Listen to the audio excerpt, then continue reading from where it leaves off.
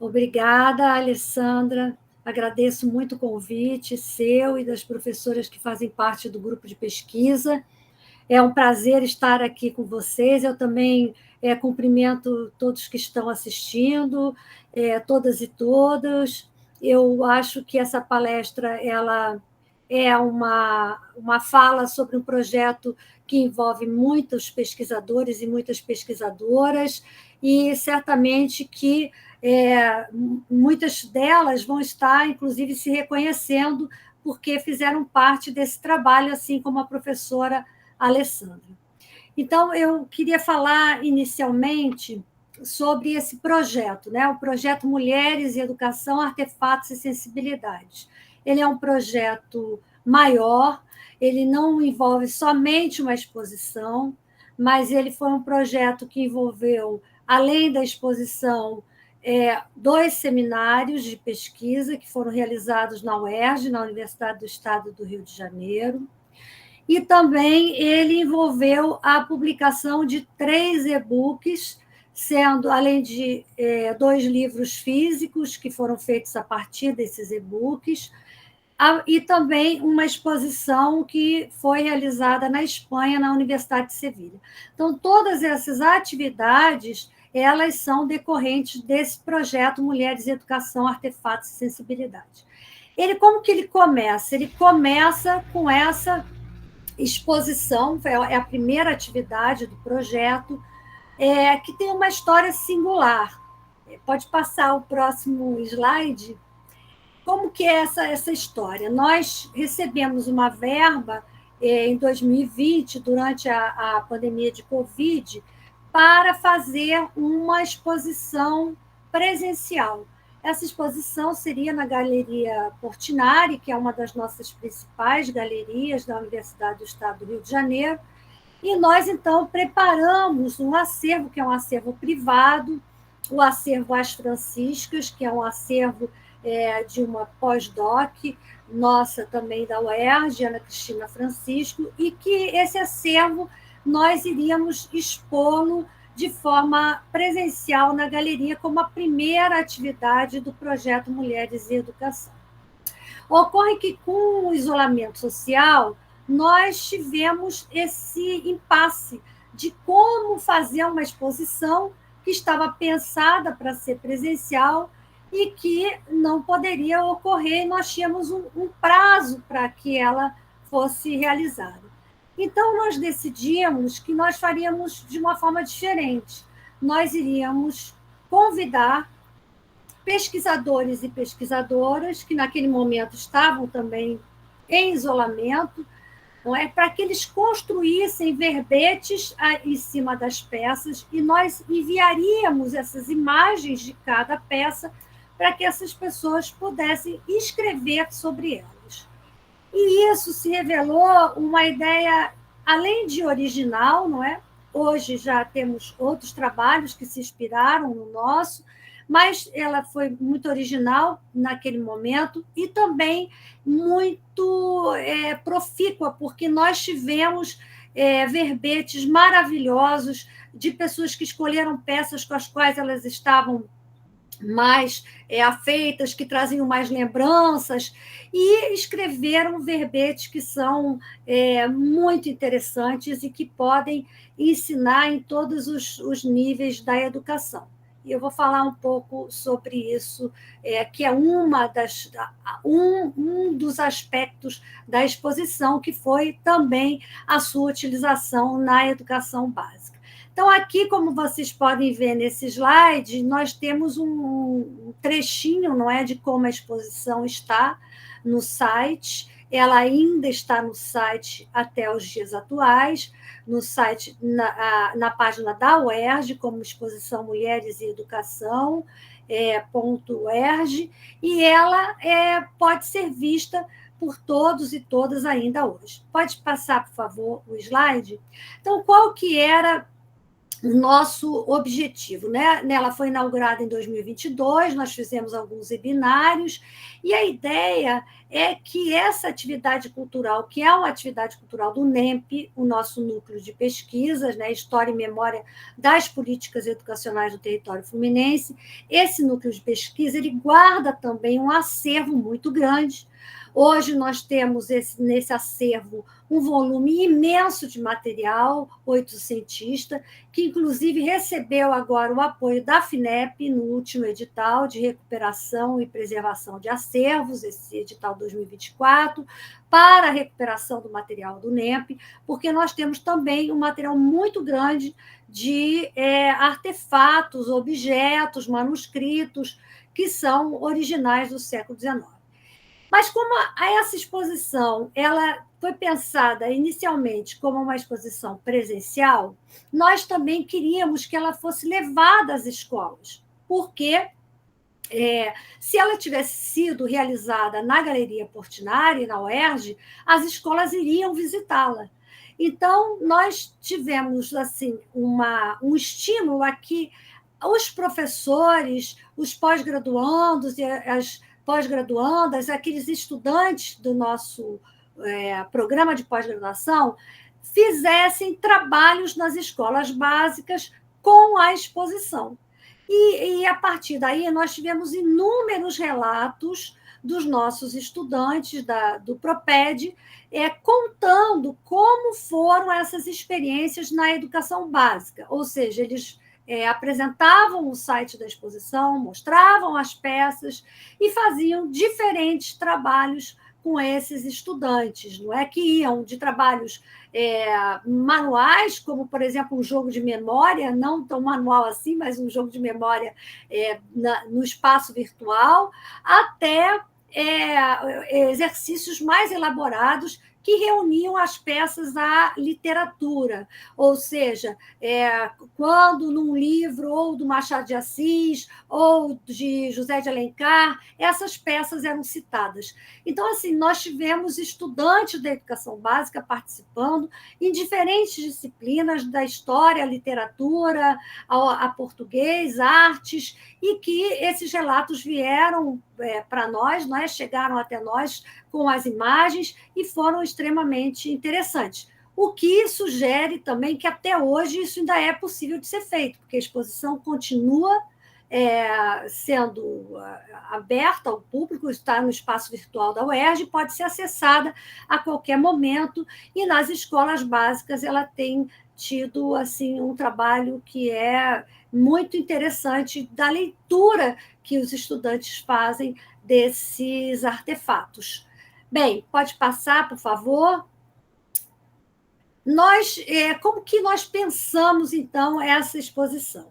Pensamos em dividi-la em 4 eixos, não é? Porque eram aquelas categorias que as peças nos levavam a pensar esse acervo, mas também de uma forma que elas fossem vistas sob o ponto de vista feminino. A nossa maior preocupação é que nós temos uma dominação masculina no patrimônio, né? A própria palavra patrimônio ela deriva do pater, uma coisa que é mais masculina. E nós queríamos que as peças fossem vistas sob o ponto de vista feminino.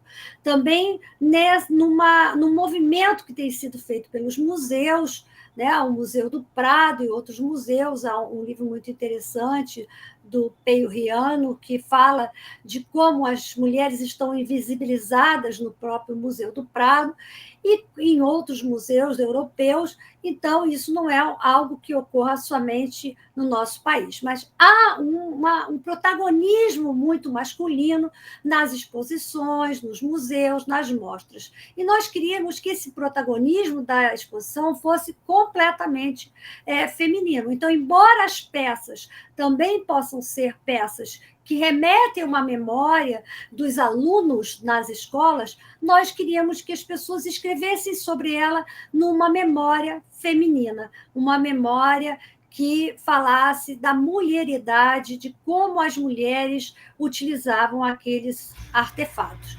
E aí nós temos a categoria de cenários educativos, que eram onde se aprendia e como se aprendia, as escritas íntimas femininas, o que as mulheres escreviam, como escreviam, de onde escreviam, quais as limitações desses seus escritos, toaletes femininas, que eram os artefatos que faziam parte desse mundo bastante limitado feminino no século XIX. Muitas mulheres viveram a vida toda dentro das suas casas, com um cenário onde havia objetos que eram afeitos àquela ideia de feminilidade, ideia de gênero, do que era possível uma mulher ter, uma mulher possuir, o que era afeito a um quarto feminino, a um gabinete de escrita feminina. Então, nós pensamos a categoria de toaletes muito em relação àquele cotidiano oitocentista do que era familiarizado com as mulheres. E imagens sensíveis, nós pensamos naquelas imagens que as mulheres guardavam de si, né? Mas também dos outros, da sua rede de sociabilidade, dos amigos, através daquelas peculiaridades de fotografias, de gravuras, de imagens que remetiam às sensibilidades que elas tinham nesse período. Então, eu vou mostrar alguns exemplos de como esse material foi exposto, lembrando que ele é um material original de 70 peças, e essas 70 peças foram entregues a 73 pesquisadores para que escrevessem sobre elas. E cada um deles escreveu um verbete relacionado a essas características que eu já falei que são próprias daquele tempo e espaço monarquista, patriarcal, estratificado, que nós sabemos tem até hoje muito a ser pesquisado, e que também é aquele que ficou mais registrado, porque eram essas mulheres que liam, que escreviam e que guardavam as suas lembranças. Pode passar, por favor? Então, nessa categoria de cenários educativos, onde nós tentamos reproduzir as práticas de escrita do século XIX e como as mulheres lidavam com esse cenário educativo, que muitas vezes não era feito na escola, mas era feito com professores particulares, preceptores nas suas próprias casas, ou em colégios femininos, colégios religiosos, colégios das madames, que havia inúmeros colégios que eram dirigidos por mulheres naquela época na corte e também se espalhando pelo país. E nos cenários educativos nós encontramos algumas peças que eram muito próprias dessa educação feminina, né? Os cadernos que começam a ser usados nesse momento, a ampulheta que guardava o tempo que era algo interessante quando se relaciona às mulheres, o livro-caixa, do qual também vou falar, e o ábaco, né? Eles são algumas escolhas por características que levam a pensar um pouco a questão de gênero. Então, o primeiro deles, pode passar, que nós pensamos em colocar foi o ábaco, porque a questão da matemática sempre foi uma questão limitante para as mulheres, né? E especialmente as mulheres oitocentistas. Elas tinham uma permissão para aprender as contas, as contas elementares, mas elas tinham uma limitação dessa aprendizagem. Então, o ábaco ele é muito interessante quando ele é usado para a educação feminina, porque ele demonstra que as mulheres elas iam para além daquilo que era permitido, tendo esse objeto nas suas casas ou nas escolas, onde elas aprendiam as operações matemáticas. A maioria era importada, né, do Japão, especialmente, mas também outras, e até manufaturas feitas no nosso próprio país. O próximo slide mostra também os cadernos, né? Os cadernos eles têm uma característica muito feminina. No nosso acervo do NEMP, que nós possuímos 98 cadernos datados desse período, se percebe completamente a visão feminina, o olhar feminino sobre os cadernos, a maneira como as mulheres preenchiam o seu cotidiano de escolarização nesses artefatos.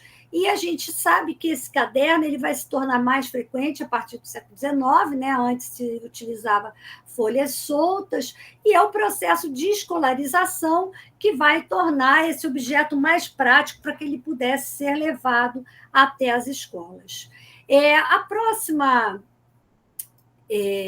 O próximo artefato é o livro caixa, que também é um artefato que nós entendemos como muito interessante em relação ao feminino, porque ele era um livro que não era um livro, ele era um livro que escondia no seu interior objetos muito sensíveis às mulheres. Por exemplo, cartas de amor, joias, bilhetes ocultos, recordações, flores e até fotografias. Na verdade, eram aqueles objetos que se pretendia proteger e esconder do público, especialmente, quando eu falo público, dos familiares, né? Que era quem tinha acesso à casa, no momento em que essa noção de privacidade é bastante restrita, e nós temos, nas casas, as mulheres sempre muito vigiadas pelas tias, pelas mães, pelas avós. Então, e a própria parentela se encarregava de fazer uma censura do que as mulheres podiam ou não ler e escrever. E o livro caixa ele parecia um livro de oração, muitas vezes, e dentro ele continha os segredos que elas queriam ocultar para que elas pudessem ter essa sua intimidade, né? Bem, e aí nós temos a ampulheta também nessa categoria de cenários educativos, que era a forma de se marcar o tempo. E ela fica muito presente nas memórias, especialmente em biografias, nós encontramos muito a ampulheta na nossa literatura clássica também, porque ela era a forma também da marcação dos castigos físicos que ocorriam e das lições. Então, em muitas memórias, em muitos relatos e registros de recordações femininas, a ampulheta aparece como um instrumento em que, à medida que a areia caía, as mulheres pensavam no quanto ainda faltava de tempo ou para terminar um castigo, ou para terminar uma lição, ou até para ver, ou ter um encontro, olhar pela janela, alguém que elas esperavam naquela linguagem muito própria, aquela linguagem cortesã muito própria do século XIX em relação aos namoros, o que era permitido às mulheres em termos de ver um pretendente. Bem, na próxima categoria de escritas íntimas, nós pensamos esses artefatos como artefatos que as mulheres utilizavam para fazer os seus escritos. Pode colocar, por favor? E aí nós temos alguns exemplos, a exposição tem muitos outros, mas nós temos alguns exemplos dessas escritas que são muito sensíveis ao feminino, que seriam as cartas de luto. O que eram as cartas de luto? As cartas de luto eram cartas que eram enviadas nas famílias, entre os correspondentes, que vinham com uma borda preta. Essa borda ela tinha a função de dizer que alguém tinha morrido, algo tinha passado naquela família, de uma perda, e então a família ou o correspondente se encontrava em luto. Por isso ela era uma carta de luto, porque significava que tanto o remetente quanto o destinatário estariam em luto por uma perda familiar. E isso é muito sensível, porque nas cartas que nós temos no NEMP, no nosso acervo de mais de 2.000 cartas, quase a metade tem bordas de luto, o que nos leva a pensar que a morte não só era algo muito próximo pelas questões de higiene, saúde, mas também porque essas cartas de luto elas vão ter um período em que ainda se escrevia com a borda de luto durante aquela tristeza ainda ocorresse. Então, são muito utilizadas e no nosso acervo a gente percebeu bem isso.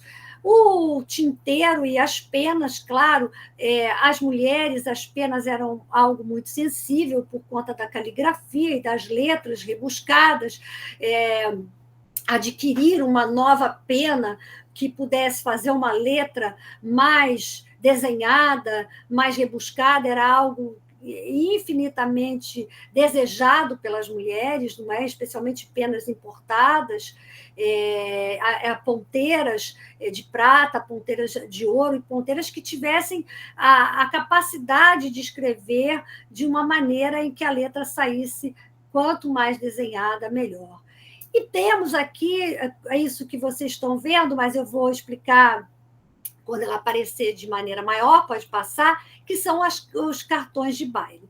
Então, as cartas de luto, como eu já disse, elas eram normalmente entregues até por mensageiros, nós temos muitos relatos nas cartas de mensageiros que iam mais rapidamente entregar as cartas de luto e fizeram parte desse cotidiano. As pessoas, antes de ler o que dizia na carta, elas já sabiam que a carta continha uma má notícia, uma notícia de luto. Pode passar. As ponteiras, como eu já disse, elas eram utilizadas antes das crianças e das meninas começarem a escrever, eram utilizadas as mais rudimentares, e à medida que esses traçados pudessem ser feitos de maneira mais segura, então se utilizavam as ponteiras mais rebuscadas. E o próximo, que é o tinteiro, não é a caneta, na nossa exposição, quem escreveu sobre ele foi a professora Maria Tereza Santos Cunha, que fez um belíssimo verbete sobre isso, e que mostra que essa elite alfabetizada ela tinha diferentes modelos de tinteiros e de penas, e que isso também era uma forma de status daqueles que os possuíam naquele período. E o próximo, que são as cadernetas de baile, é um artefato muito sensível às mulheres, porque eles eram pequenos livretos onde as moças, nos bailes, nos saraus, elas anotavam os seus parceiros de dança. Nós temos aqui, eu tenho até um que é menor, como se fosse um chaveiro, que elas penduravam à cintura, ou à chatelene, ou nas pequenas bolsinhas, e que onde elas anotavam: a primeira dança concedia ao rapaz, a segunda ao outro rapaz, e assim por diante. Até porque essas cadernetas elas também eram vigiadas pelos pais, para que eles soubessem quem estava na lista daqueles que iriam dançar com as moças nos inúmeros bailes e saraus que aconteciam nesse período. Vale notar que uma coisa que nos chama muito a atenção é que nós pensamos sempre, especialmente na corte, em mulheres muito reclusas, que ficavam nas suas casas e que não tinham a vida social muito intensa. Mas, se nós formos aos jornais oitocentistas, nós vamos perceber que não era bem assim. Havia, inclusive, jornais como A Semana e outros dedicados a esses eventos sociais, que, a partir da segunda metade do século XIX, como o próprio Vanderlei Pinho coloca, né, nos seus Salões e Damas, a gente vê que havia uma vida social muito intensa na corte, pelo menos, onde as mulheres participavam de bailes, de saraus, de recitais, e em todos esses havia um tipo de encontro que se fazia para que elas se conhecessem, moças e rapazes, e essas cadernetas eram utilizadas para pequenos segredos e também para anotações em relação a essa parte de afetos. Pode passar, por favor. A nossa outra categoria, toaletes femininas, é porque esse acervo tinha muitas peças que reportavam a toalete das mulheres, reportavam aquilo que as mulheres usavam pessoalmente, da sua intimidade, não é? O que fazia, estava muito próximo delas nesse período. E aí a gente escolheu esses 4 elementos, porque são elementos muito. Eles exemplificam, né? Eles são muito modelares daquilo que era um quarto feminino, uma toalete feminina, o que as mulheres tinham no seu entorno. Claro, a gente está falando de um público específico, de mulheres letradas, de camadas favorecidas social e economicamente, mas que possuíam esses objetos. Então, vamos abordar um pouco cada um deles na maneira como eles eram usados na higiene, no vestir, na governança do lar e na própria decoração que envolvia essa feminilidade oitocentista. Pode passar? Bem, essa é uma peça muito interessante que a nossa curadora, Ana Cristina Francisco, gosta muito de falar sobre ela, que é o urinol feminino, porque ela vai encontrar esse urinol também tomado como uma molheira nas casas, né? Aliás, muitas casas hoje elas têm essa peça nos jogos de jantar, né? Nas travessas de mesa, como sendo uma molheira. E, na verdade, ela não é uma molheira, ela é um urinol feminino. Ela é anatomicamente, se a gente perceber, anatomicamente ela é feita para que as mulheres, nos bailes, não havia banheiros, então elas iam para o quarto de banho. Esse quarto de banho possuía esses urinóis e neles as mulheres, então, colocavam para que elas pudessem fazer as suas necessidades e tinha essa bandejinha embaixo que era para proteger de qualquer tipo de sujidade. Então, nós temos uma peça que hoje ela é muito vendida como um outro objeto, como uma molheira de jantar, mas que, na verdade, o seu uso original era como um urinol utilizado nesses bailes, nesses saraus, nos recitais, no quarto de banho dessas casas, que aquelas roupas, que eram roupas extremamente pesadas, não é? Que tinha a criolina e as outras peças, que eram saias e mais saias, então era necessário colocar essa peça por baixo para que se pudesse fazer as necessidades. Então, o urinol ele foi muito, muito usado. Há muitas peças sobre eles, é claro, exatamente, uma transformação de uso, como o próprio Kozelek coloca, né? As camadas de tempo que vão sobrepondo e vão dando novos usos aos objetos. E hoje eu não sei se hoje ele tem um novo uso, mas eu só não sei se as pessoas têm exatamente a noção de qual foi o uso original dele.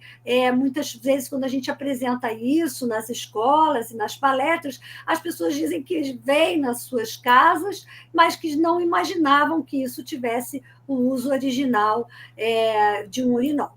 Bem, pode passar. Nós também temos o porta-veneno, que era um perfumeiro, né? Esse perfumeiro é uma das peças mais icônicas dessa coleção, é uma das peças que nós colocamos como a peça que dá a imagem da coleção, justamente porque ela é uma peça que não servia apenas como um perfumeiro, mas também como um porta-veneno, né? Foi muito usada como porta-veneno. Eu, quando dou essa palestra nas escolas, eu costumo dizer para as crianças, isso na época em que não se fazia autópsias, né? Então, como não era possível ver exatamente do que as pessoas morreram, às vezes as mulheres usavam desses tipos de ervas ou para adormecer, ou de encantamentos muito envolvidos com superstições, em casamentos indesejados ou diante de maus tratos masculinos. Então, as mulheres usavam táticas que pudessem livrá-las daqueles males, e uma delas eram as poções utilizadas nesse exemplar, né, de um perfumeiro, mas um porta-veneno também, e que era usado pelas mulheres como autoproteção. Então, é uma peça bastante icônica. Pode passar. E a chatelene, que, como nós sabemos, o século XIX não é um século de bolsas grandes como hoje nós imaginamos, não é? As mulheres com muitos artefatos precisam de bolsas muito grandes. Naquela época, as bolsas eram mínimas, muito pequenas, até porque o que uma mulher levava era apenas o que fosse essencial a ela numa reunião social. Não havia essa ideia de se carregar chaves, dinheiro, até porque as mulheres nem carregavam isso, no máximo uma moeda de réis. Né? Então, a chatelene ela era muito usada, especialmente por mulheres que tinham profissões, como de parteira, como de professora, como de costureira, porque a chatelene ela era pendurada à cintura.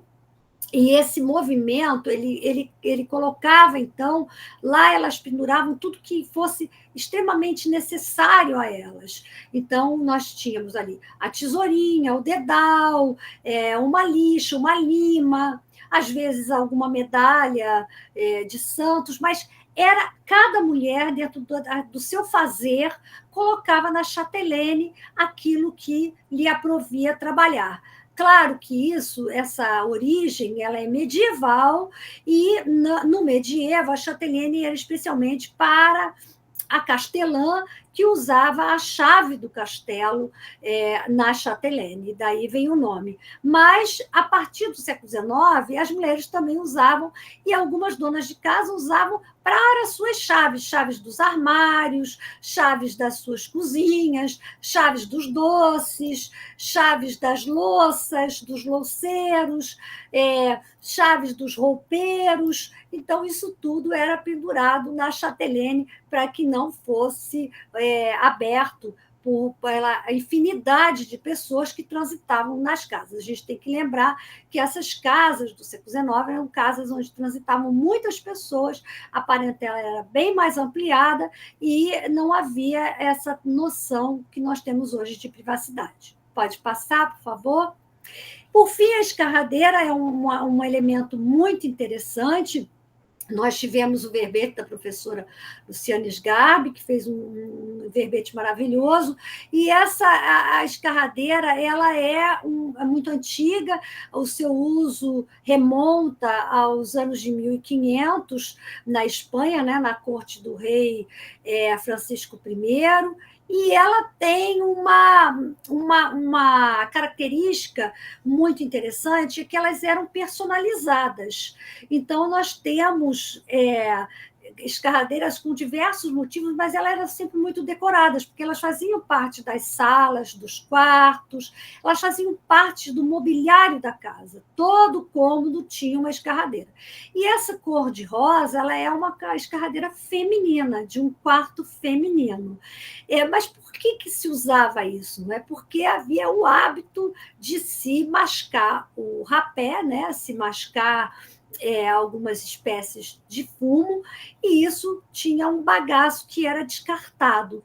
E à medida que se precisasse descartar, tinha-se as escarradeiras para fazer uso. Isso era algo considerado um hábito elegante na época. Né? A gente aí tem que lembrar Norbert Elias e entender isso como aquela época tinha os seus próprios códigos de etiqueta e de como isso era tido como algo importante de estar nas salas, nos quartos, porque era bastante usado. Bem, a nossa última categoria, não é, de imagens sensíveis, são aquelas que não são tão materiais, não são artefatos completamente ou somente objetos materiais, mas também objetos sensíveis à imaginação, ao que pode ser lido a partir deles, ao que pode ser memorizado, o que pode ser narrado diante desses artefatos. Então, nós colocamos nessa categoria tudo aquilo que remetia à religiosidade, porque isso estava muito próximo ao cotidiano das mulheres, a religião fazia parte de todos os momentos, o bem e o mal eram solicitados às divindades, e tudo era. A divindade tinha um diálogo muito constante com essas mulheres, e todos os seus problemas e aquelas necessidades eram tratadas nesses espaços de intimidade com a divindade, né? Por isso fazia parte do cotidiano dessas mulheres uma intimidade muito grande com as orações, com os santos de sua devoção, de sua preferência, e também aqui nessa categoria nós temos as imagens da própria família e dos ancestrais. Então, olhando uma por uma delas, pode passar, nós temos inicialmente o missal, né? O missal era considerado um item de distinção social, né? As meninas, a partir da primeira comunhão, elas ganhavam o seu missal como um presente muito valioso, e esses missais, eles são de todos os elementos mais imagináveis, né? Nós temos missais de madrepérola, de mármore, de encadernações marmorizadas em papel, encadernações luxuosas com ouro, prata, cravejadas muitas vezes, assim como também os álbuns, e que cada um deles também falava muito sobre a sua própria dona, às vezes passando de mãe para filha, era um missal herdado, um missal que vinha ao longo de gerações na mesma família, mas tinha essa questão de cada mulher ter o seu missal e andar com o seu missal na mão, né? Especialmente durante os ritos religiosos. Então, se nós observarmos nas gravuras, desde Debré até as gravuras que avançam o século XIX, nós vamos ver que muitas delas retratam as mulheres com seus missais na mão, né? Que é o seu livro de orações, o livro de horas, e todos eles relacionados a esse rito que elas iam praticar durante as missas que elas iam para todos os eventos, né? Havia missas em todas as ocasiões, de nascimento, de batismo, de ação de graças, por uma graça recebida, as missas de sétimo dia, as missas de comemoração, as missas de ida de alguém para fora, as missas de retorno. Então, esse missal ele continha todas essas possibilidades em orações que estavam lá, né? Pode passar. Nós temos também o grafoscópio, que essa imagem ela foi escolhida porque ela era muito interessante e as casas que a possuíam como algo extremamente valioso. Ter isso numa casa era a maior tecnologia de uma época, porque o grafoscópio ele permitia que a fotografia colocada no seu interior ela fosse ampliada e que se pudesse observar os detalhes. Então, isso para as mulheres era algo muito interessante, porque se podia ver os detalhes dos rostos, os detalhes da face, os detalhes da roupa, da vestimenta, dos ornamentos, o detalhe de um vestido, o detalhe de um leque, o detalhe do cenário. Então, o visor grafoscópio era algo onde as mulheres podiam passar durante um tempo muito grande olhando os seus cartes de visite, seus cartes de gabinete, dentro desse grafoscópio, para que se pudesse observar com mais detalhes aquela cena em que havia sido feita a imagem. Não é tanto da moda como dos adereços. E aí, onde estavam essas fotografias? Né? Nos álbuns de fotografias. Os álbuns são uma verdadeira preciosidade relacionada a esse tempo, porque com o passar dos anos e das décadas, esses álbuns oitocentistas foram completamente esquecidos e adquiriram novos usos. Infelizmente, não existem mais álbuns com a composição original que foi feita por suas donas, suas gerações de mulheres que presidiram essas coleções. Hoje, todos eles, quando nós encontramos, percebemos que eles já sofreram intervenções, algumas pequenas intervenções, são raríssimos, mas ainda há, e alguns que são completamente modificados, inclusive no seu uso, colados com colagens por cima, com pinturas que foram feitas posteriormente, intervenções posteriores, mas eles ainda assim, com todas essas intervenções, ter um álbum oitocentista em mãos consegue nos remeter àquele passado, né, a partir dos anos de 1860 e 1870, quando a fotografia se populariza, e há muitos fotógrafos na corte, e também nas principais cidades do país, e que era uma moda, digamos assim, era de bom tom se distribuir cartas de visite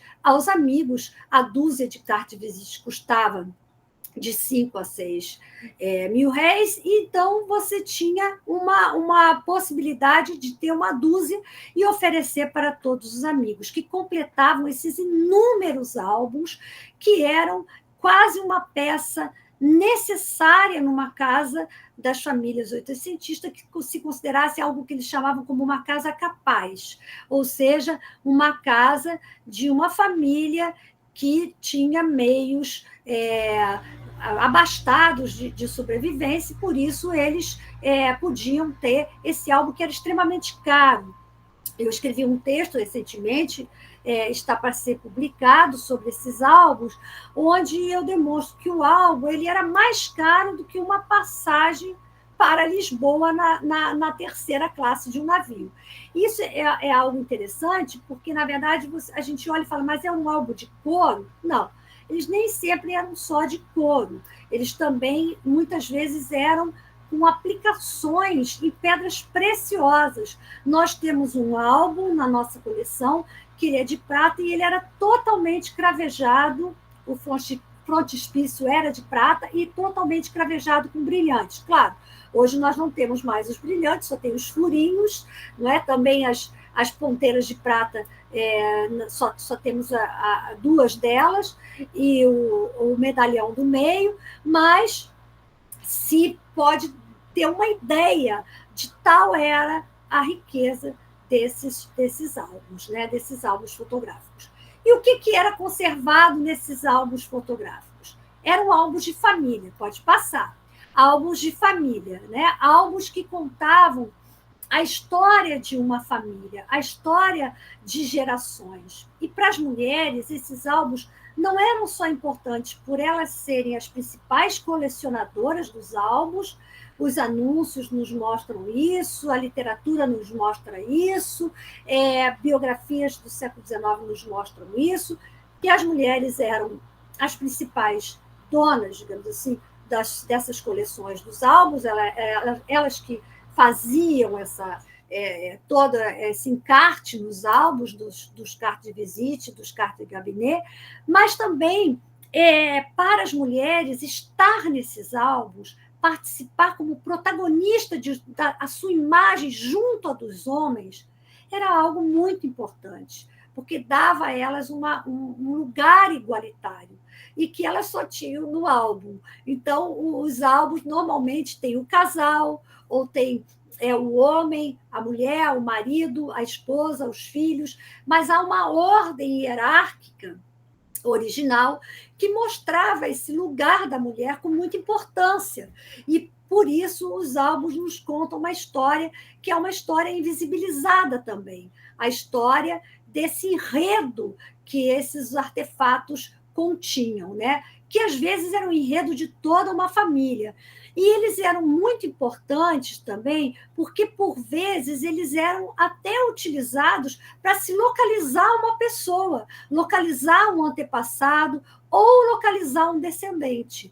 Saber quem eram, por exemplo, diante de um espólio, as pessoas que eram herdeiras daquela família.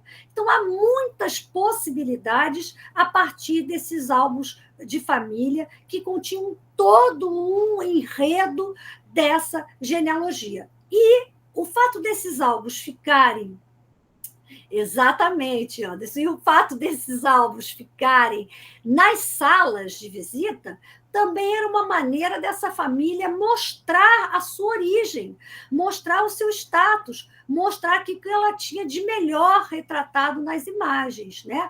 Então, nós temos muitas fotografias nesses álbuns que eram fotografias feitas com as melhores poses, os mais ricos vestidos, os mais elegantes chapéus, cartolas, bengalas. Então, elas tinham as melhores vestimentas como cenário e também para que elas pudessem usar e mostrar que eram pessoas de uma classe senhorial.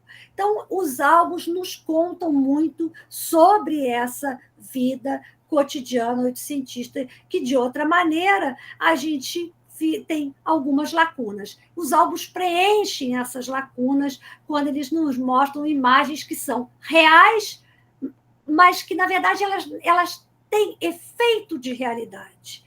Elas foram tiradas por fotógrafos, são imagens reais do século XIX, mas que, na verdade, trazem um efeito de realidade, porque elas não necessariamente essas famílias se vestiam com essas roupas cotidianamente, não necessariamente utilizavam esses objetos que elas portam cotidianamente, mas para a fotografia elas colocavam o que elas queriam eternizar como o que fosse de melhor.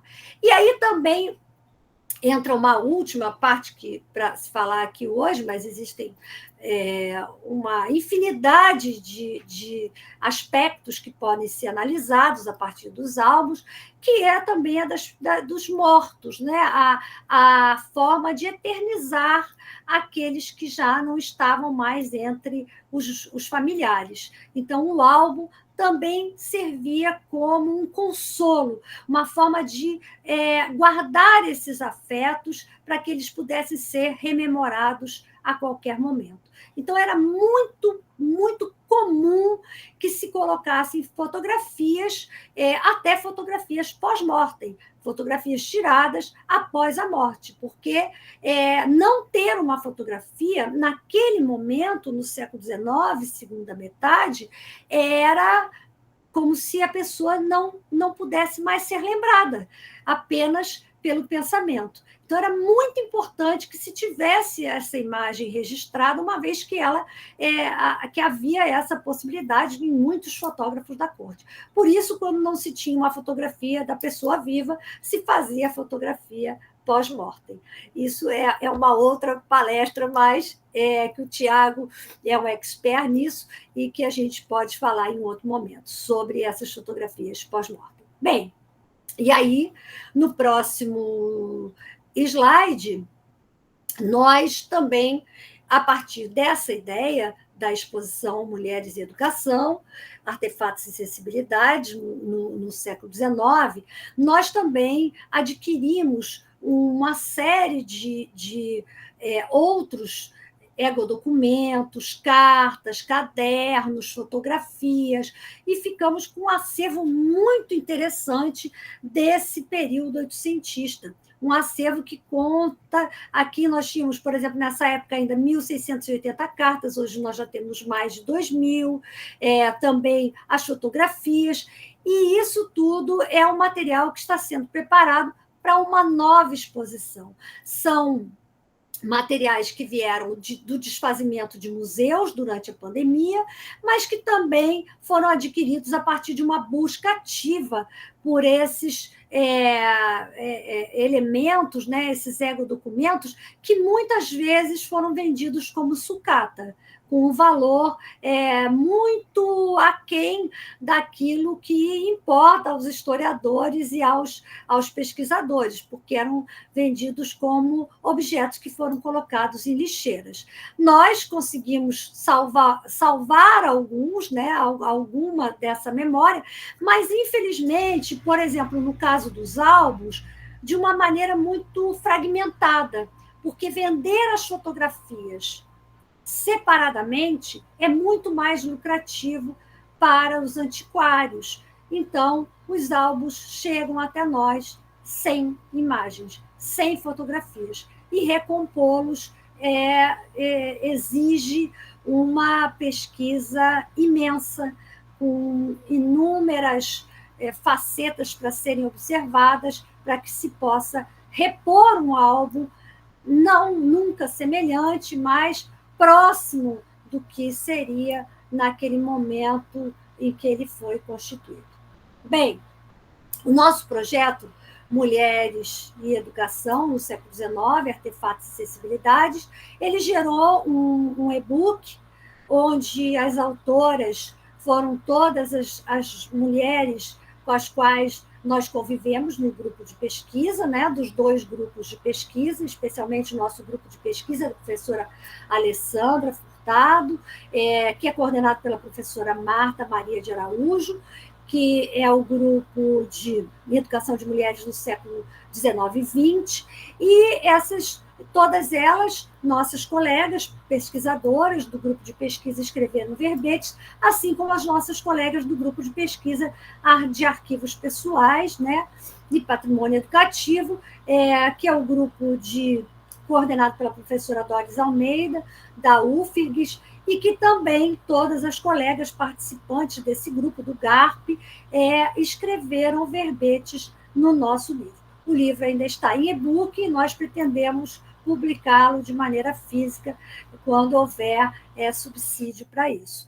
Além disso, nós tivemos outras inúmeras publicações, digamos assim, feitas em outros locais, como, por exemplo, 2 livros sobre patrimônio educativo elaborados pelo professor Pablo Alvarez Domingues, na Espanha, que fez um trabalho semelhante a partir desse nosso trabalho nos museus espanhóis. A diferença é que ele utilizou as peças dos museus pedagógicos espanhóis, espalhados por toda a Espanha, por diversas regiões, e convidou pesquisadores ligados àqueles museus para que fizessem os verbetes. Nós temos 2 livros, uma exposição também virtual que ainda está disponível na internet, e também anais dos seminários que nós fizemos, onde as pessoas, tanto o seminário Mulheres e Educação, como o seminário A Paixão por Guardar, onde os anais contam um pouco dos trabalhos que são afeitos ao nosso grupo de pesquisa. Então, é isso, e agradeço muito por vocês nos ouvirem. Aqui algumas imagens do nosso acervo do NEMP, um exemplo assim, de pouquíssimas imagens que nós apenas para ver quais as categorias de documentos que nós temos: santinhos, livros de poesia, cadernos de poesia, cartas, fotografias de colégios, de estudantes e de colégios femininos. E agradeço muito a atenção e espero que vocês possam visitar nossas exposições e também, tanto a do Brasil quanto a da Espanha, produzir trabalhos em educação básica, né? Os estudantes da educação básica, quando estimulados a partir de ver essa exposição virtual, eles produzem trabalhos muito interessantes, e isso também faz uma interação entre a universidade e a escola básica. É isso, muito obrigada por me ouvir. Celi, nós que agradecemos por essa excelente palestra que você proferiu hoje aqui conosco no GPMs Convida. Nossa, aqui eu estou vendo assim, parabéns, coraçõezinhos e tudo mais. Muito obrigada, foi muito importante. E eu, inclusive, gostaria de pedir a você, fazendo um favor, se depois nós não poderíamos colocar o link do e-book, o link da exposição, tanto aqui no Brasil quanto fora do Brasil. Eu acho importante, porque, inclusive, aqui nós estamos...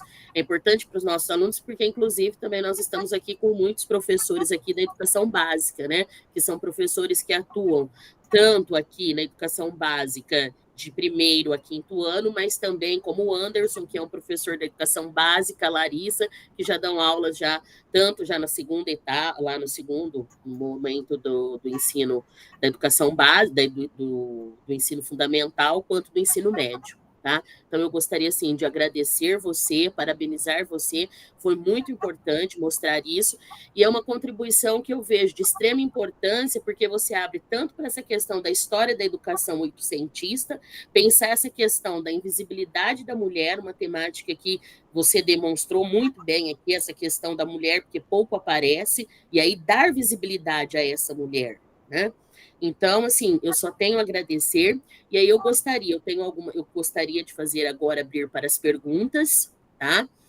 Gostaria de ver quem gostaria de se inscrever para as perguntas, e eu também depois gostaria de fazer uma pergunta, mas antes eu abro para as pessoas que estão assistindo, que são os nossos mestrandos, doutorandos, nossos alunos também de iniciação científica. O nosso muito obrigada por essa grande contribuição que você nos traz acerca dessa história da educação oitocentista e acerca da questão aí da mulher.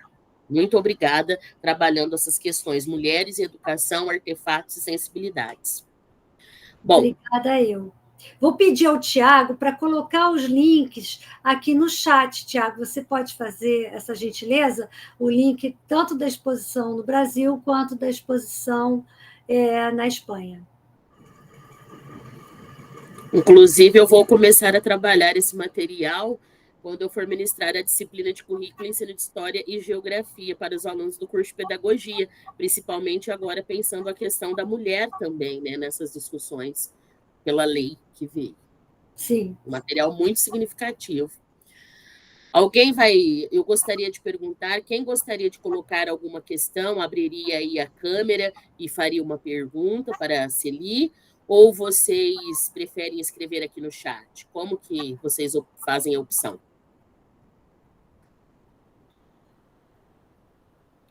Ninguém se...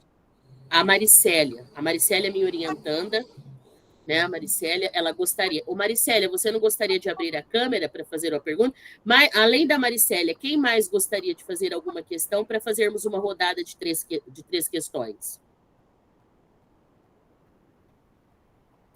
Aqui o Christian está lhe cumprimentando, Celi, pela questão aqui. Parabéns. Eu agradeço. Muito obrigada, Christian.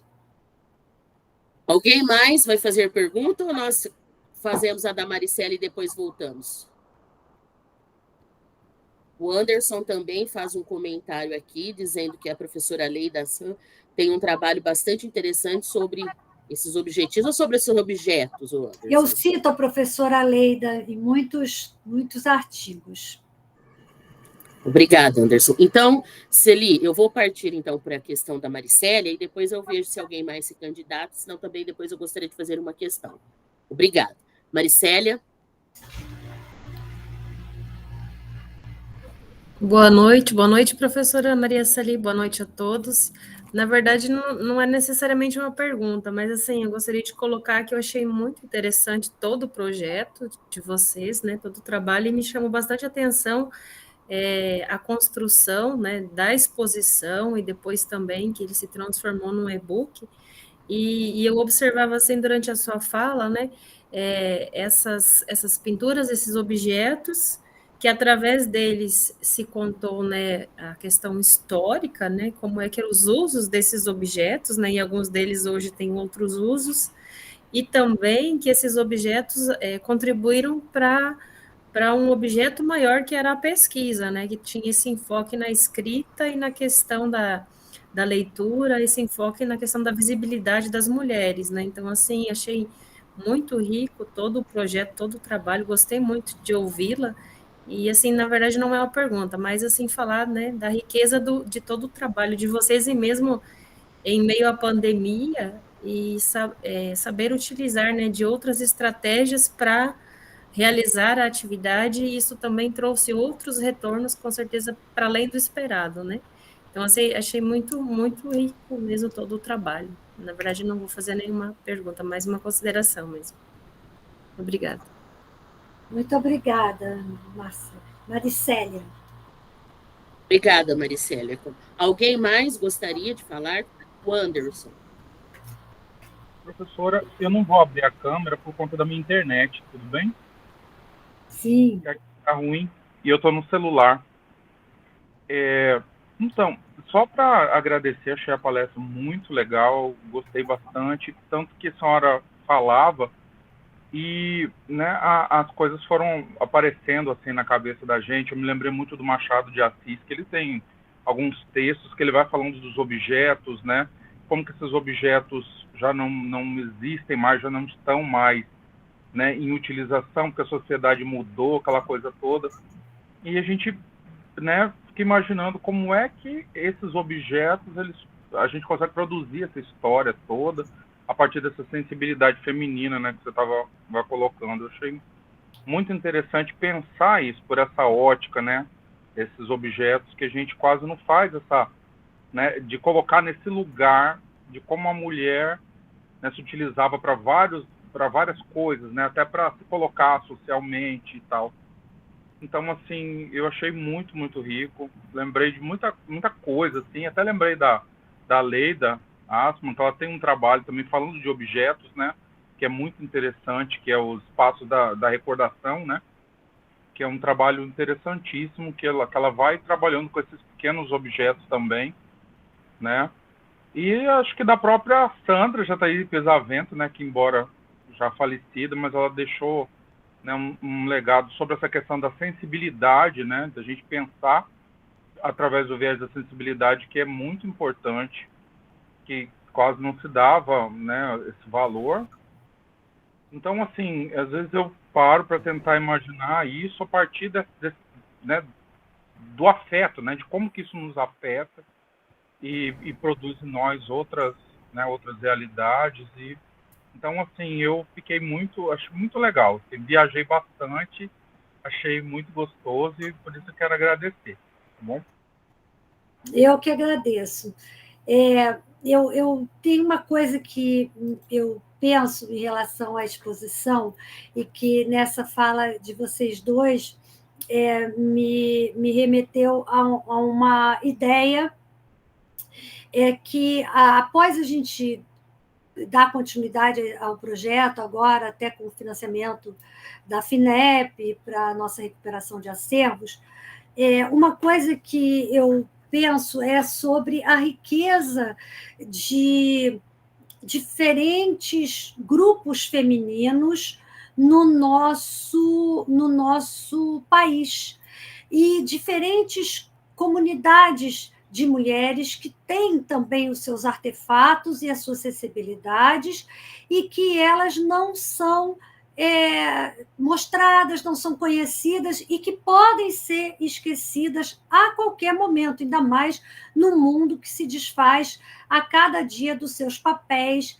e que ele se torna totalmente virtual. Além de se desfazer dos papéis, ele também se desfaz dos artefatos que não são mais usados. Então, por exemplo, uma coisa que no grupo de pesquisa de vocês, eu penso que uma inspiração dessa exposição era trazer os artefatos das mulheres das comunidades indígenas, as mulheres indígenas, aquilo que elas usaram ao longo, não é, de todo esse período nas suas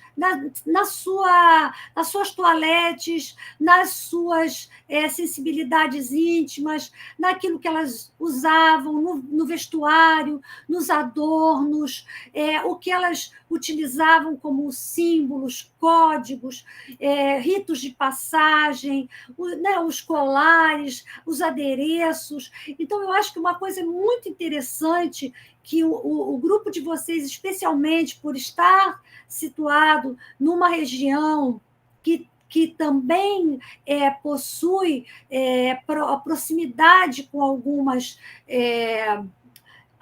comunidades que ainda as mulheres indígenas têm muita coisa para contar desse lugar, né? Especialmente aí no Mato Grosso. Eu penso que vocês poderiam fazer um trabalho muito interessante trazendo esses artefatos e essas sensibilidades voltadas para essas mulheres das comunidades indígenas. Porque se isso não for feito, todo esse material vai ser perdido.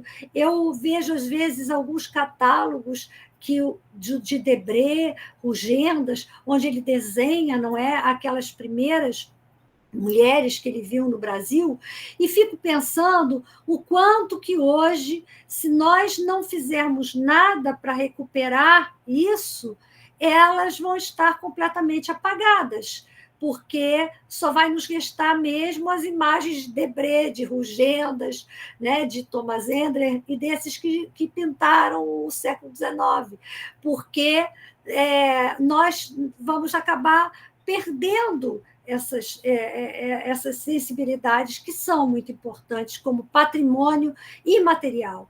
Então, eu penso que uma coisa importantíssima para vocês fazerem era também recuperar esses grupos, não só das mulheres indígenas, mas das mulheres escravizadas. A gente tem pensado em agora também fazer um olhar sobre a mulheridade desses grupos que eram, embora muitas vezes aparcados de todo esse luxo que tem nas casas senhoris, mas que eles tinham seus próprios adereços, seus próprios códigos e seus próprios artefatos, e que seria muito importante que se pudesse fazer exposições voltadas para essas mulheres que, se as mulheres que escreviam, registravam a sua vida, narravam a sua vida, estão invisibilizadas e esquecidas, imagina essas que não tinham, muitas vezes, acesso aos meios de leitura escrita. Alessandra, pode fazer? Não, eu falei assim, é para uma aluna que está querendo fazer uma pergunta.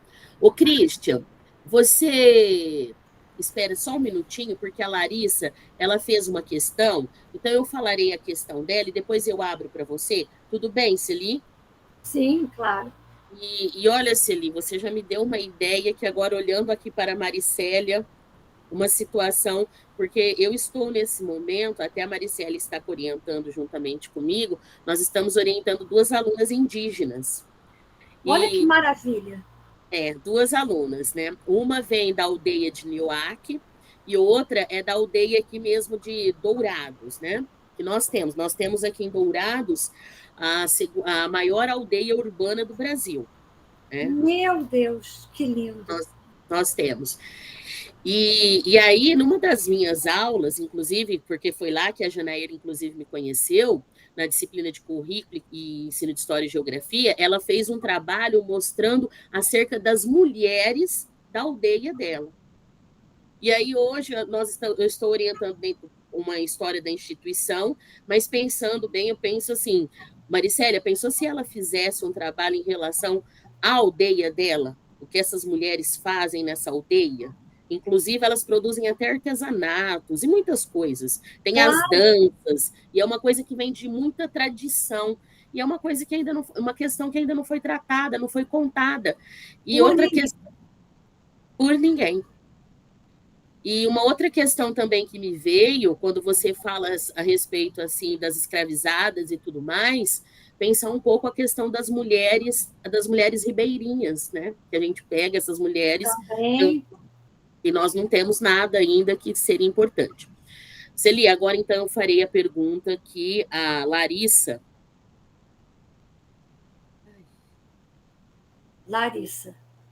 Que a Larissa fez. Essa minha internet hoje. Bom, a Larissa é uma mestranda nossa, né, orientando a professora Rosimeires Iliane. Ela disse que está com problemas aqui, que não vai poder falar. Então, ela me passou uma questão e eu falarei posteriormente, passarei a fala para o Christian. Larissa Benato, como os artefatos culturais e a educação podem ser usados para promover a igualdade de gênero e desconstruir estereótipos de gênero na sala de aula? A Larissa fala, inclusive, de um lugar enquanto professora de História da Educação Básica. E, Christian, quer fazer a sua e depois nós passamos para a professora Celi novamente? Pode ser, professora. Eu ia perguntar um elemento parecido com o que a Larissa perguntou. Não quer abrir a câmera? Então, eu estou pelo computador e esse computador aqui, a minha câmera não funciona e meu tablet está sem bateria, por isso que eu estou usando só o microfone mesmo. Mas, enfim, Oi, Alessandra. Não, está certo, eu também hoje estou com dificuldades aqui. Sim, compreendo. Então, professora, eu gostei muito da sua fala, queria agradecer, ainda não tinha tido a oportunidade de ouvi-la, e acho interessante esse elemento da exposição, que talvez não é algo tão recorrente na prática científica, né? E, enfim, eu pensei nessa questão da exposição se como um potencial mesmo para os alunos da educação básica, né? Como um potencial de reflexão sobre a questão de gênero, né? Que ela é construída socialmente, porque o senso comum tem muito que é algo natural, mas trazendo à luz esses artefatos talvez possa ser um elemento de problematização. Então, eu queria perguntar o que os alunos da educação básica relatam quando eles passam por essa exposição. É isso, agradeço. Sim. Posso responder, Alessandra? Claro, Celi, esteja à vontade. A questão da Larissa, né, inicialmente, que coloca como que a gente pode usar isso como também um modo de pensar a igualdade de gênero. Eu acho que a própria originalidade da proposta, né, da gente trabalhar com as mulheres como protagonistas e os objetos vistos sob o ponto de vista feminino, a gente já avança muito, porque às vezes a gente pensa, mas a invisibilidade ela está colocada nos museus, são nos nossos museus. Não, isso é um problema mundial. Nos museus que foram, essa exposição foi feita, nos museus espanhóis, se tinha a mesma questão. Os objetos eram vistos ou sobre o universal masculino, né? Sobre os homens, a humanidade, que é traduzida pelos os homens, ou era visto sob uma perspectiva dos meninos, sempre priorizando essa narrativa em detrimento da narrativa das mulheres. A narrativa das mulheres ela é secundarizada, digamos assim.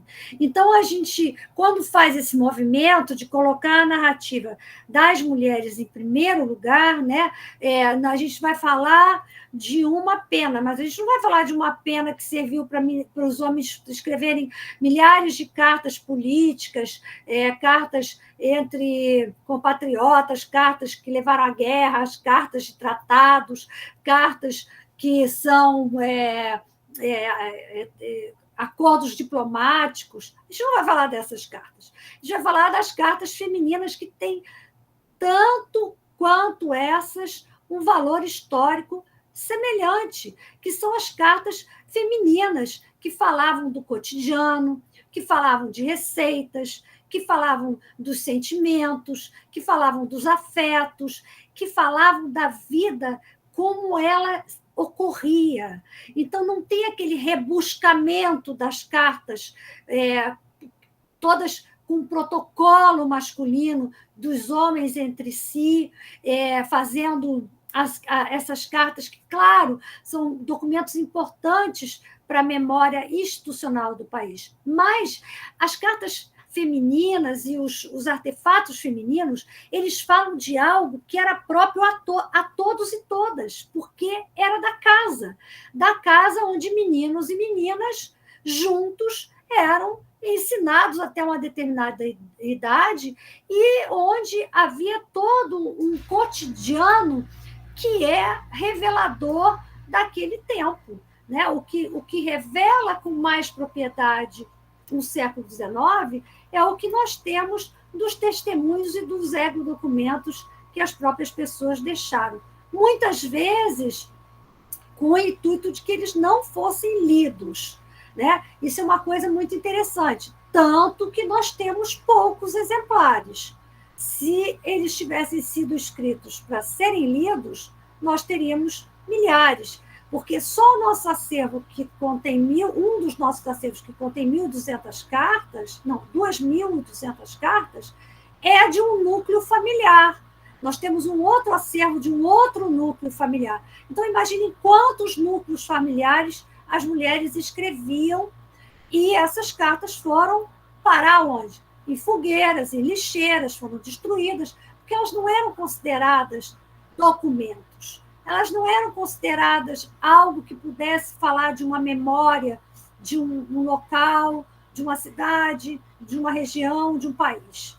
Então, hoje, a gente trazer esses artefatos, trazer essas cartas, trazer esses documentos, fazendo deles monumentos, né? Fazendo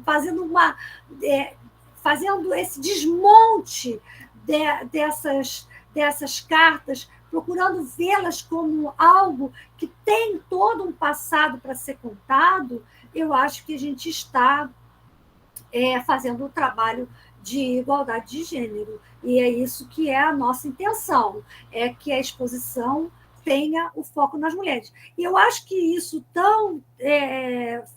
tem uma razão de valorização, né, uma justificativa de valoração, que a própria FINEP nos concedeu essa possibilidade de recuperar esse acervo que é eminentemente feminino. E nós, com relação ao que o Christian coloca, que é sobre... O Christian perguntou como é a pergunta mesmo, Cristão, dos artefatos, né? Dos artefatos femininos e os seus usos. É isso, Christian? Christian?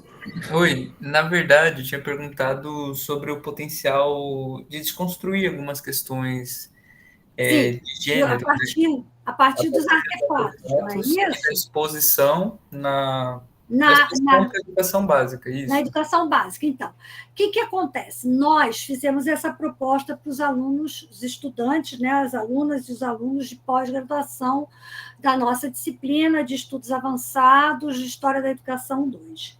E os trabalhos que chegaram até nós, eles são assim extremamente interessantes, porque em cada escola onde a exposição foi apresentada, os professores, com a sua imensa criatividade, professores da educação básica, de diferentes disciplinas, literatura, história, e até professores de educação física, artes, que trabalhavam isso dentro das suas aderências curriculares. Então, a gente tem assim, trabalhos que são maravilhosos. Por exemplo, nós temos professores que pediram aos alunos, vou te dar um exemplo, a talha é uma espécie de filtro, né, que era utilizado no século XIX, e que tem algumas talhas que são totalmente femininas, porque elas têm um traçado feminino, elas têm uma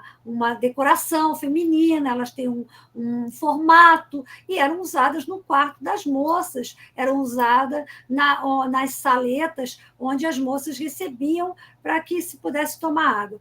E aí esses professores utilizaram, por exemplo, isso para falar da falta de saneamento básico e de águas potáveis no Rio de Janeiro oitocentista. Então, isso é só um exemplo para te dar assim, das múltiplas e inúmeras possibilidades que as peças têm. Assim como, por exemplo, a chave, que nos remete também às mulheres que muitas vezes ficavam trancadas nas casas, não é? O quanto uma chave era um objeto de desejo feminino para poder abrir as portas, as janelas, as portas das alcovas. Então, muitas dessas peças, quando elas são apresentadas, especialmente para as crianças e para os adolescentes, eles têm uma criatividade infinita em cima disso, que vai desde a criatividade dessa geração mais ligada aos trabalhos na web, que são jogos, de fazerem jogos e alguns sistemas muito interessantes com essas peças, até os trabalhos mais tradicionais de redesenhar, de conversar com a família, de perguntar na família se existia algo daquele tipo, de reimaginar a peça peça dentro do contexto onde ela estaria. Então, desenhar qual é o local onde aquela peça estaria se fosse no século XIX, né? Como ela estaria colocada. Nós recebemos desenhos lindos, assim, maravilhoso. Um deles eu até penso em colocar na capa de uma das nossas publicações, que é maravilhoso, que contextualiza a peça no universo feminino oitocentista. Então, assim, são inúmeras ideias a partir dos projetos que podem ser colocadas e que as próprias crianças e adolescentes, ao verem essa exposição, e às vezes até acessarem nos seus celulares, a gente permitia isso, dão ideias assim que são além daquelas que a gente pensou que seriam utilizadas. Então, é um trabalho que tem um potencial ilimitado para ser utilizado nas escolas de educação básica, sem dúvida. Tanto a exposição que é feita no Brasil, né, essa do nosso link da UERJ, quanto a exposição espanhola, porque também trabalharia o espanhol, toda ela é em língua espanhola, né, e castelhana, e trabalharia essa linguagem com peças que também são muito próprias do nosso país, porque havia digamos assim, uma espécie de globalização dessas classes mais aristocráticas nos artefatos que elas usavam. É isso. Celi, obrigada. Mais alguém gostaria de fazer alguma questão?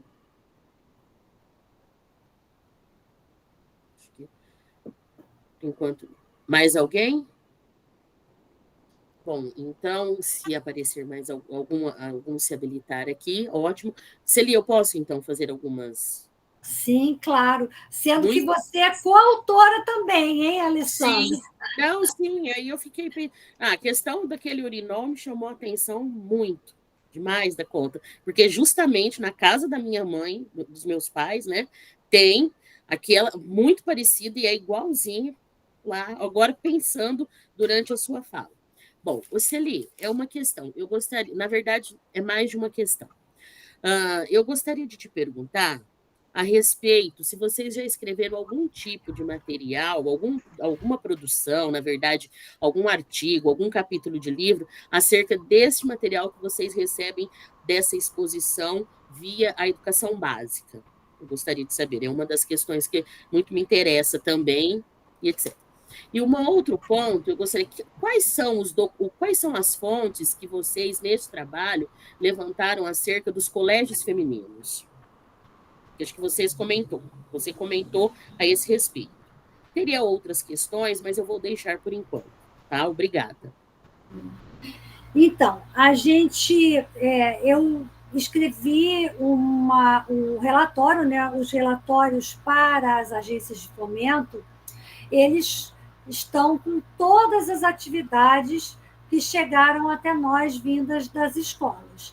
Então, elas todas estão detalhadamente registradas, uma por uma, quem foram os professores, como eles atuaram, de que maneira eles fizeram as atividades. E nós, então, reunimos esse grupo de atividades que nos chegaram e enviamos para as agências no relatório do projeto. Mas ainda não tínhamos pensado em tornar isso um capítulo de livro e uma coletânea sobre essas atividades.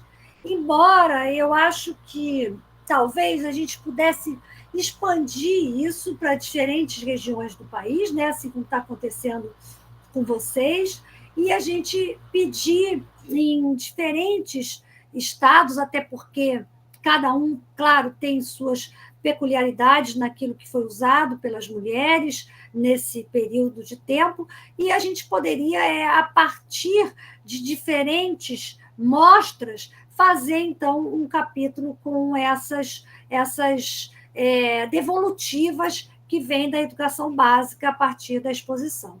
Mas eu acho que elas são tão originais em cada escola, há uma originalidade tão grande na maneira como os professores conseguem trabalhar isso com os estudantes, que a gente poderia, sim, pensar um ou outro, mas é até difícil de dizer quais são os trabalhos que se enquadrariam como os melhores para poder compor uma coletânea que precisa de poucos capítulos, porque são trabalhos que vocês vão ver, eu espero que consigam fazer isso nas suas escolas de educação básica, os que são professores, e asseguro que vocês vão ter uma surpresa bastante interessante de como isso reverbera em um trabalho para muito além do que está exposto. É muito interessante. E com relação aos colégios, nós temos no acervo do NEMP, né, nessa nova exposição que nós vamos fazer, muitas fotografias e documentos relativos aos colégios oitocentistas e das primeiras décadas do século XX. Nós temos muito material relativo às escolas. E uma das coisas que é muito interessante, Alessandra, e que eu vou falar para você agora, assim, até em primeira mão, porque esse é um material que ainda está sendo trabalhado para que ele também possa fazer parte da exposição, e que são um código cultural feminino, um artefato que as mulheres utilizavam muito nas primeiras décadas do século XX, que é um livro de lembranças, de recordações, onde elas pediam aos amigos e às amigas que escrevessem poesias, ou que escrevessem uma dedicatória para aquelas pessoas. São livros que eles tangenciam a poesia, a dedicatória, as lembranças, mas que toda a rede de sociabilidade daquelas mulheres deixavam algo gravado naqueles livros. E isso é, assim, de uma riqueza impressionante, porque são cadernos que eles não contam só sobre a sua autora, mas eles contam sobre todas aquelas mulheres e também homens, colegas, quando eram escolas mistas, que estavam nos mesmos colégios, porque normalmente eram grupos colegiais, eram grupos que tinham uma relação da própria escolarização. Então, assim, é muito interessante. Alguns vêm, inclusive, escrito o nome da autora e a série, né, que era chamada a série em que ela estava, né, o ano colegial, o ano o momento da escolarização que ela estava, vem colocado nos cadernos. Então, isso é de uma preciosidade assim, e muito interessante, porque ali a gente consegue ver uma cultura escolar material e imaterial que não se consegue de outra maneira. São os cochichos, são os segredos, são as pequenas coisas que aconteciam no cotidiano das escolas que estão registradas ali e que, de outra maneira, estariam completamente perdidas. Então, é muito, muito interessante esse trabalho com esse material que é escolar, que é da escolarização. Mas isso é para uma outra exposição. Eu imagino. Celi, muito obrigada. Me chamou muito a atenção a sua palestra como um todo, em vários aspectos. A minha questão foi ao encontro desses colégios femininos, porque no mestrado, quando eu fiz o meu mestrado, e aí eu fiz todo um trabalho, assim, eu trabalhei com um colégio feminino no interior de São Paulo. É um colégio que ele é instalado no início do século XX, no interior de São Paulo, um colégio, sobretudo, para atender as filhas, né, dos comerciantes emergentes, porque nós já tínhamos o colégio da elite. Então, fiz todo um trabalho nesse sentido e me chamou muita atenção. Mas essa fonte aí que você está comentando é riquíssima. É algo ainda nunca que eu venho acompanhando, que eu acompanho, eu nunca vi nenhum estudo nesse sentido. Acho assim, extremamente importante essa questão desses colégios femininos, principalmente para essa questão da escolarização da mulher. E olha algo para a questão da cultura, né, da cultura escolar, desse cotidiano, muito interessante. Eu agradeço muito. Alguém mais gostaria de fazer uma pergunta? O Anderson, a Larissa aqui, ela fez, né, ela fez alguns comentários. A Larissa, ela vem de uma experiência como professora da educação básica. Ela disse que ela está maravilhada, que depois dessa, na verdade, dessa palestra, né, Larissa, vieram várias ideias e com certeza ela fará um projeto para desenvolver na Feira do Conhecimento da escola que ela trabalha a esse respeito. E aí ela pode nos enviar, ela pode enviar que a gente coloca nos nossos relatórios, que depois a gente pode até vir a fazer uma publicação. Você ouviu, Larissa, o que a professora Maria Celi está dizendo aqui? Achei muito interessante, algo para começar realmente, nós começarmos a fazer nas nossas disciplinas. Ela disse assim, que ótimo, Celi. O Anderson, ele está dizendo, minha avó postiça, porque minha avó de sangue não sabia escrever. Não foi à escola. Ela tinha um caderno desses, como uma caligrafia. As regras do português também eram outras. Ele fez esse comentário, o Anderson. Se ele quiser também fazer algum comentário agora, abrir um pouco aqui. A câmera, ele disse que não pode abrir, mas se você quiser fazer algum comentário, Anderson, esteja à vontade. Ainda temos um tempinho. Não, só que ela falou, eu me lembrei desse caderno que a minha avó postiça tinha, né? Ela era alfabetizada, né? Então ela tinha esse caderno de memórias, escrevia uma série de coisas que a gente achou guardado dentro de uma caixa depois que ela faleceu, né? Uma caixinha de, acho que era, não sei se era couro de coelho, alguma coisa assim. Aí tinha lá os brincos dela, tudo dentro da caixa, né? Coisas bem antigas, e tinha esse caderno com receitas, era uma série de coisas, orações, tinha oração, tinha um monte de coisa. Aí na hora que ela falou, eu me lembrei, né? Então, assim, é engraçado, porque essa avó, que eu chamo de avó, né, porque ela não era minha avó, que a minha avó de sangue, ela era analfabeta. E, né, ela tinha uma série de coisas. E a outra, da mesma idade, não sabia mal assinar o nome, assinava com o dedo, né? Só de comentar. Esses cadernos, Anderson, são maravilhosos. Claro que o seu você pode usar até para fazer um artigo, pode usar para sua, não sei se você faz tese, ou você é estudante, é professor. Sim. Não, eu tô fazendo uma tese, sim. Então. E, assim, não, minha irmã, ela consumiu com uma série de coisas. Acho que eu nem sei se ela ainda tem esse caderno. Porque, como eu coloquei mais acima, tinha uma série de coisas que o pessoal foi limpando. Sabe aquela limpeza? Vamos limpar? Aí joga fora, taca fogo. E era assim que o pessoal fazia. Então, acho que até os documentos mais antigos foram todos embora, sabe? Uma coisa que é muito, assim, ruim para nós, pesquisadores, é que as pessoas não costumavam datar todos os documentos e nem assinar esses documentos. Então, tem muita coisa que chega para a gente que a gente não sabe exatamente quem escreveu, quando, em que contexto, porque são fragmentos. É preciso uma pesquisa para você encontrar os autores, para encontrar o contexto em que foram elaborados esse tipo de cadernos. Por exemplo, esse que você fala da sua avó, provavelmente é um caderno de lembrança que era muito próprio das moças. E elas deixavam pensamentos, receitas, frases. Elas gostavam muito de frases. Uma frase que ouviu, aí ia lá e anotava no caderno. Mas, por exemplo, nós temos cadernos que têm fotografias das pessoas, que elas se trocavam fotografias.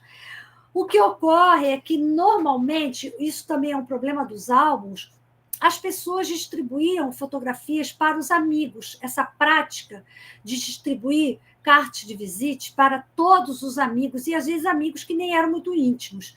E mesma coisa os cadernos, você tem pensamentos e você dava, olha, para os colegas, todos os colegas que estavam na classe podiam fazer uma assinatura, colocar um pensamento no caderno. E aí, com o passar do tempo, normalmente os herdeiros desses documentos, eles se veem diante de coisas que eles não têm a menor ideia de quem sejam, nem quem sejam aquelas pessoas que estão ali escritas, nem de quem sejam aquelas fotografias, porque são, claro, gerações que poucos estão vivos e às vezes tem, no início do século para hoje, os que já estão com a idade bastante avançada. Então, são pessoas que as gerações mais jovens, elas desconhecem de quem são aquelas imagens, desconhecem quem são aquelas pessoas que escrevem aqueles cadernos. E aí, elas, diante disso, muitas vezes acham que eles não têm por que mais serem guardados. Esse é o grande problema que acontece com a memória feminina. É porque ela é uma memória muito ligada ao familiar, muito ligada às relações que se dão entre as gerações, as mulheres, né? Essa linha feminina que passa da bisavó para a avó, da avó para a mãe, para a filha, e essa linha feminina geracional, ela não era valorizada como uma memória institucional, como se a família fosse uma instituição que pudesse ser pesquisada pelo lado feminino. Então, isso é visto quando o patriarca da família é uma pessoa importante. Então, você guarda. Benjamin Constant, você guarda as cartas da filha da mulher, porque você tem um membro importante que vai permitir que as mulheres da casa também, os escritos das mulheres da casa também sejam valorizados. Mas quando não há um membro, um homem que possa puxar essa guarda desses documentos, eles são todos jogados fora, são todos vendidos ou simplesmente descartados como sucata, como se isso não tivesse nenhuma importância. Recentemente, os cadernos de receita foram, digamos assim, um pouco protagonistas da volta desse passado. Eles fizeram um pouco esse movimento de recuperação desse mosaico do século XIX feminino em relação à alimentação. Por quê? Porque os cursos de gastronomia, nutrição e outros cursos que passaram a lidar com essa realidade da história da alimentação no país, passaram a se interessar por esses cadernos de receita. Então, esses cadernos, eles puxaram um pouco esse material escrito, esses documentos femininos, como algo importante. Se a gente vê hoje os cadernos de receita oitocentistas, eles adquirem valores extremamente significativos quando são vendidos, mas justamente não só porque eles têm receitas, algumas perdidas, mas porque eles trazem uma história, uma historiografia da alimentação que hoje precisa, inclusive, ser estudada. Então, esse é um dos exemplos disso que você tem, e que é um tesouro, né?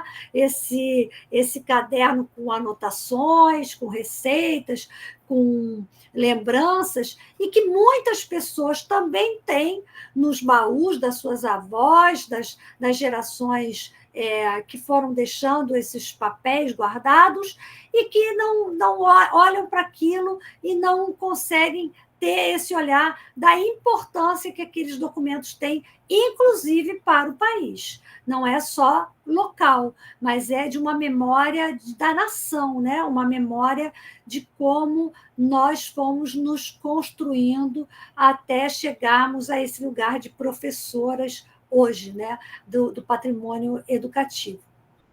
E é isso. Eu me lembro que teve uma situação que lá dentro do caderno tinha uma oração, e foi por causa disso que acho que ele meio que desapareceu, que era uma oração a São Cipriano, olha que bobagem. E eu me lembro que isso deu um certo burburinho lá dentro de casa, e depois eu nunca mais vi esse caderno. Então, tem que recuperar. E as orações, elas faziam parte de todos os cadernos. Porque, como eu disse no início, a religiosidade ela estava presente em todo esse cotidiano. Mas não era só uma religiosidade, digamos assim, formal. Uma outra coisa que tem muito nos cadernos são as superstições. Muitos escritos de superstições.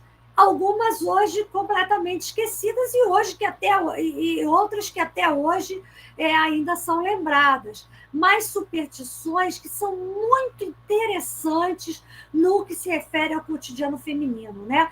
O que se devia fazer no parto, o que se devia fazer com as crianças quando choravam, como fazer para a criança dormir, e coisas assim que, algumas assustadoras até, vistas sob o ponto de vista científico, e outras que são muito próprias de nos mostrar o que as mulheres eram capazes diante da inexistência de uma medicina que pudesse auxiliá-las para curar as crianças. Então, elas escreviam e guardavam esse conhecimento, essa sabedoria, ia passando de mãe para filha, e muitas vezes elas registravam essas receitas medicinais, entre aspas, que também eram... Muitas vezes elas eram acompanhadas por orações e que faziam parte dessas casas na falta de qualquer outra, de outra coisa mais eficiente do ponto de vista científico. Então, isso é muito importante também de ser recuperado, porque, como eu disse, quando esses documentos desaparecerem completamente, desaparece com eles um passado que não tem como ele ser montado, né? Porque só o que a gente consegue fazer é um mosaico disso. O passado em si é uma ilusão tentar trazê-lo à tona, mas um mosaico com alguns fragmentos a gente consegue ainda recuperar. Celi, muito obrigada.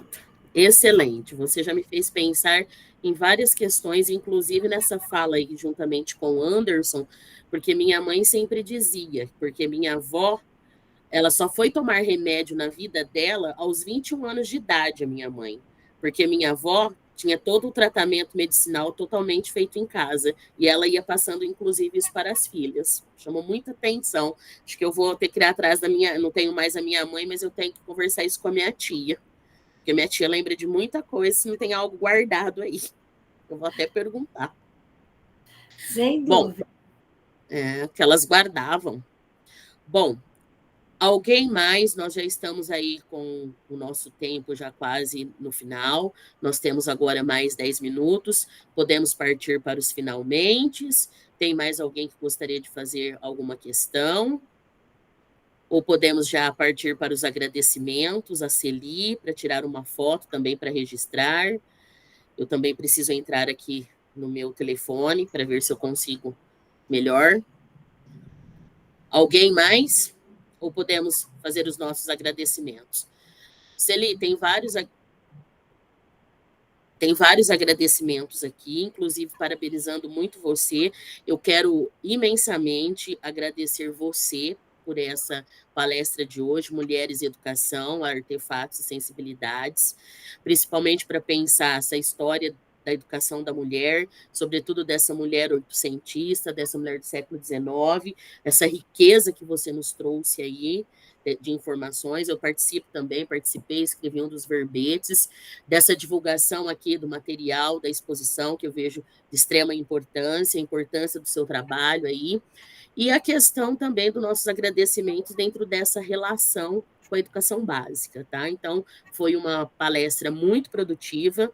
Eu só tenho que agradecer em nome do Grupo GPMs e também em nome da Faculdade de Educação, do nosso programa de pós-graduação, e em nome também da professora Kenny, que coordena o Grupo GPMs, que não está aqui hoje, e nem a professora Cristiane, mas que eu estou aqui representando elas, e fiquei muito feliz com a sua palestra, que está sendo extremamente elogiada.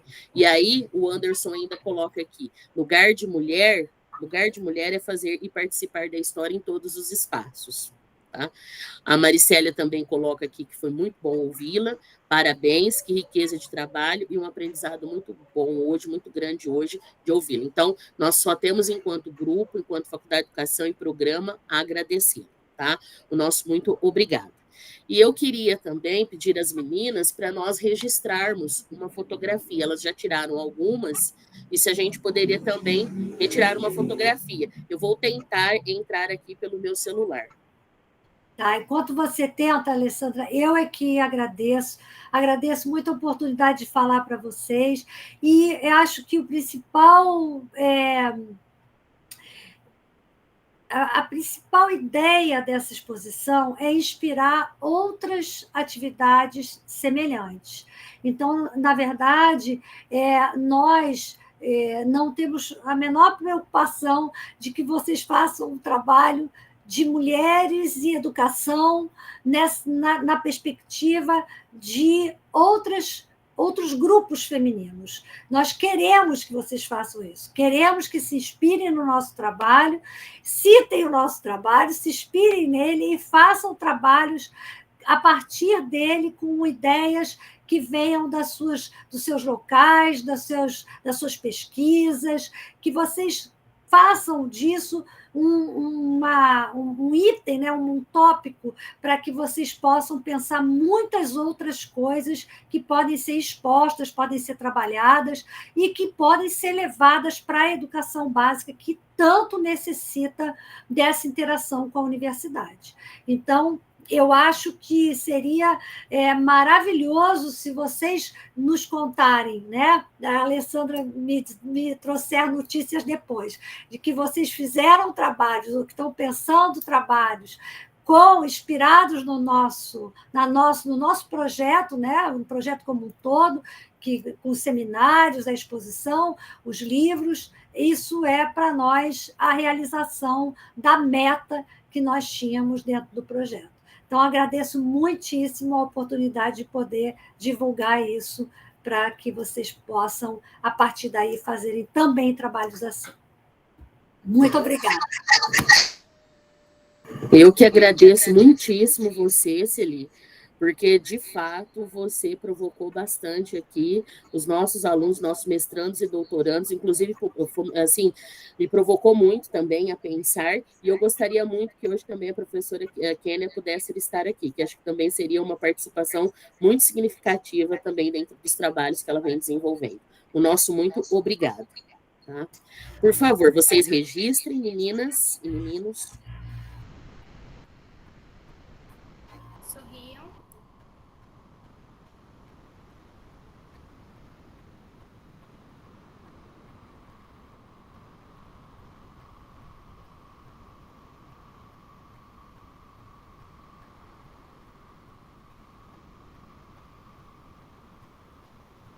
A Alessandra não conseguiu abrir a câmera. Não, eu abri aqui no celular, eu estou aparecendo aqui. Ah, você está aparecendo? Eu estou em duas agora. Ah, você está em duas. Pronto. Ok. Certinho. Muito obrigada, gente. Muito obrigada. Uma boa noite para vocês. Acessem o site, acessem os sites, não é? Tanto daqui como da Espanha. Vejam o livro que é aberto e, em cima das nossas ideias, tenham outras bem mais criativas ainda. Um beijo para todas, boa noite, muito obrigada. Celi, nós que agradecemos imensamente. Nosso muito obrigada. Obrigada, eu. Boa noite. Boa noite. A todos e a todas também. Boa noite aí, especialmente também a Celi.